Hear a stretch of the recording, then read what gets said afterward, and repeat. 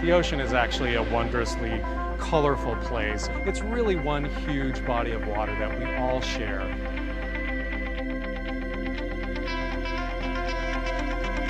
Well, our mission here at Seaworld is to make sure that after people come into the park, they leave having celebrated, connected, and caring for the world we share. And One Ocean is a perfect example of that. It's really about inspiring people. We're all a part of this great big global community. The show is really a big celebration of this wondrous world of the ocean.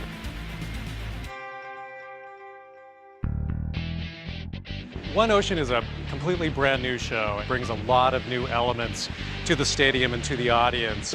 We all have to come together, everybody from all different disciplines, and animal trainers come to the table, and directors, costume designers, and even design and engineering and set decorators. We all have to come together at one table and respect each other's expertise and actually contribute to each other's expertise. The great thing is everyone thinks it looks easy, and that's great, but it's really a lot of hard work and a lot of collaboration, a lot of back and forth. How do we know that we've been a success? It's when we see the faces of the crowd, when we hear the applause. If we're able to touch them and entertain them, then we've done our job, and there is no other better satisfaction than that.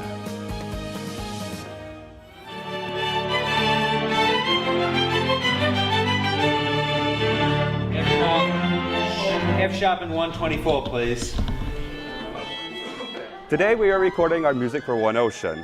To finally hear the music come to life with all of the full orchestra, with the runs of the strings, with the passion that they're playing with, it really just brings all the emotion and the passion of the music that we built into this to the audience. 2, 3, 1, 2, 3, 2, 3, 3. You want to get the orchestra to sound as good as possible. You're listening for is obviously everyone being in pitch, hitting the right notes at the right time, coming together. And sometimes it's not just about the notes, it's about that special feeling when everyone comes together that you know that's the take, you know that's as good as it's going to get.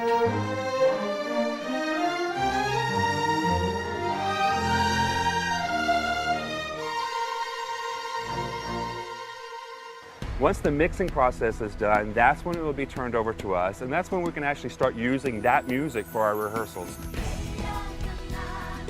So for the first verse through chorus, that is just the call. Where we are right now with the music, we've got all the orchestra laid down on tracks. We also laid down all of our backup vocals. At the end of the bridge, there's a big accent before we get back into our chorus. What they've given us so far is a very rough cut of the music. And as animal trainers, we've been kind of playing it in our cars and listening to it in the locker room and getting a feel for the music. And we visualize what behaviors might match music.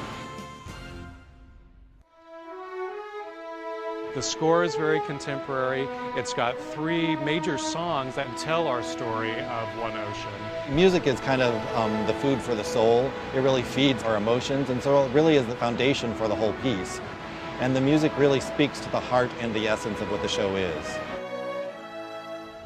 What's wonderful about the Shamu experience is that 5,000 people come in here and they are amazed and in awe and entertained, and they're educated along the way. Having fun, sometimes you learn and you don't realize you're learning. It's really about inspiring people to connect to the world that we share. I can tell you from my own personal experience, I was affected by Seaworld. As a junior in college who was here for spring break, it was raining at the beach and I came to Seaworld and I left completely inspired because of what I saw. Education and conservation have been at our core, and we're inviting people to see what goes on here at Seaworld, not just in the regions of our park, but all over the world.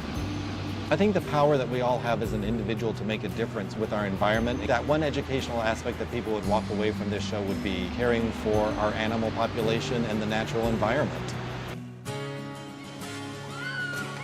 We don't want to keep all of this to ourselves. We want to be able to share it. We want to impact everybody who comes into the stadium. We want them to be changed when they leave. We want them to know more about killer whales and care more about all of the oceans and all of the animals that we share this planet with. We all are empowered to make a difference. You know, whether it's a simple act of recycling, we all in our daily actions make those differences.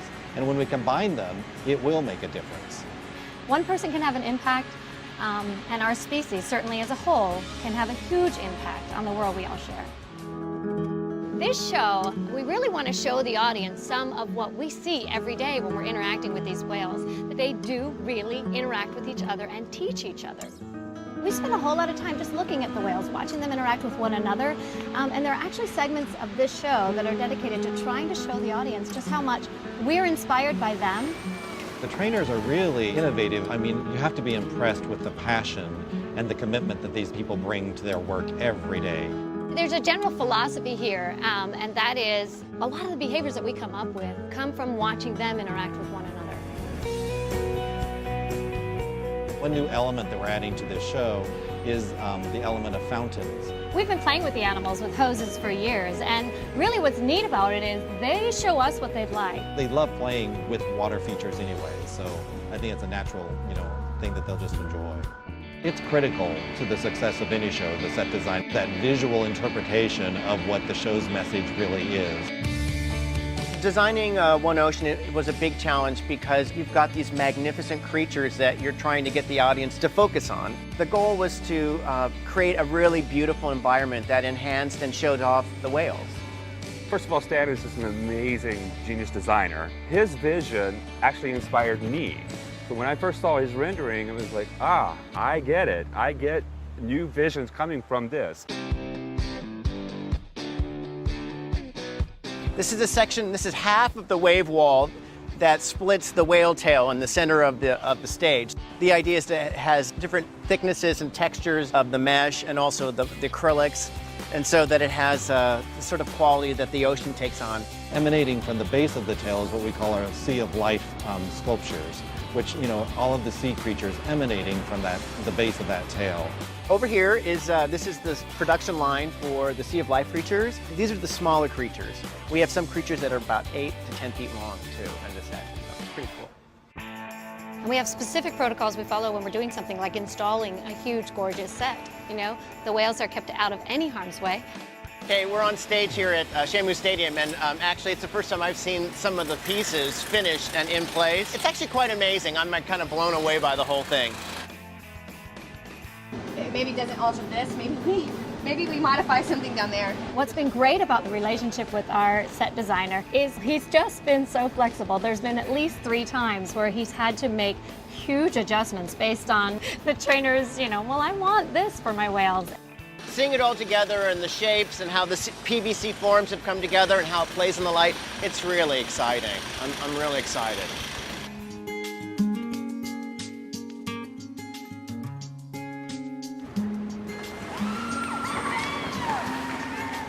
I have the utmost respect for the trainers and what they do here. They are great collaborators and great partners, but they have such a passion for what they do and such a care for the animals. Relationship is what the job is all about. It's why you come to work each and every day. These animals become more than just our friends. They become part of our family. We watch them grow, we watch them learn, and through it all, we're forming a bond with them. I respect it. It's absolutely amazing to be able to see how they work with the whales. It's truly awe-inspiring. All of our training is based on positive reinforcement. We have a ton of ways that we can reinforce the animals. Even just rubbing them down, we can apply it in so many different ways. We have toys that we give them. We may play with them with ice. We pour buckets of water in their mouth. I could stand here for an hour and talk to you about all of the different ways we reward them. There's nothing like the bond you can have with a killer whale. It's the most rewarding experience. It's constantly building. Anybody who comes to Seaworld witnesses it, and you can't really get it until you see it.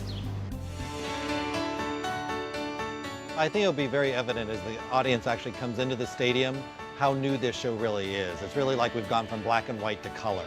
Color is a huge element within this show. We really wanted to introduce color into this show, so much so that we now are saturating it with color.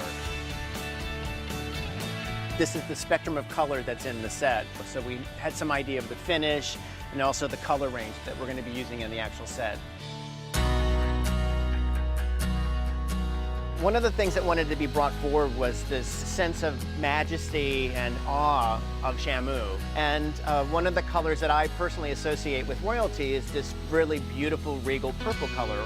Purple has become the underlying component color. It's sort of like strength and dignity and royalty. And so it's the underlying color that's in everything in the set. I think it's really beautiful.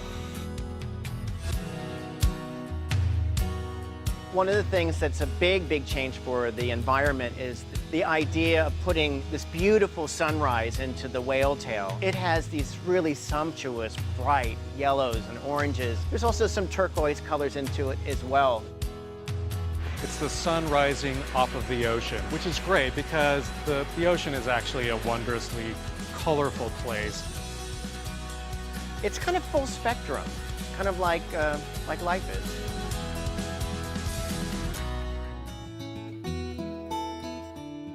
We have a variety of new things that are going to be very exciting and immersive for the audience. We have brand new water effects.